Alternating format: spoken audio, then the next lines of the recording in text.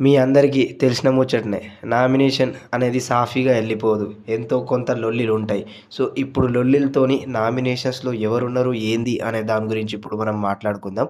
So, నామినేషన్స్‌లో చూసుకున్నట్లయితే 'ప్రేరణ', 'యష్మి', 'సోనియా', 'నబీల్ ఆఫ్రిది' నామినేషన్స్‌లో ఉన్నాడు ఈసారి గూడా. ఎందుకంటే 'నబీల్ ఆఫ్రిదికి' అంత కొట్లాటలు గూడా లేవు.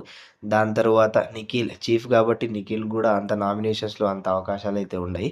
దాని తర్వాత 'పృథ్వీ' 100% 'పృథ్వీకి' ఎక్కువ ఓట్లు పడ్డట్టు బయట సమాచారం ఉన్నది. దాని తర్వాత 'విష్ణుప్రియ', దాని తర్వాత ఇంకా 'ఆదిత్య' గారు గూడా నామినేషన్స్ సేవ్ అయ్యిర్రు అని చెప్పుకోవచ్చు.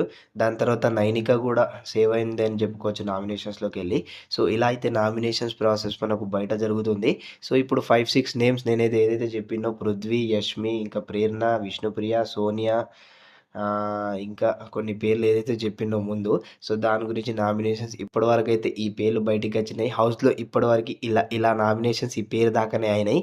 బట్ ఇంకా ముందు ముందు మనం జూడాలి. లైవ్ జూసి అప్డేట్ ఇస్తా కాబట్టి ఛానెల్‌ని సబ్స్క్రైబ్ చేసుకొని బెల్ ఐకాన్‌ని క్లిక్ జేయడం మాత్రం మర్చిపోకండి.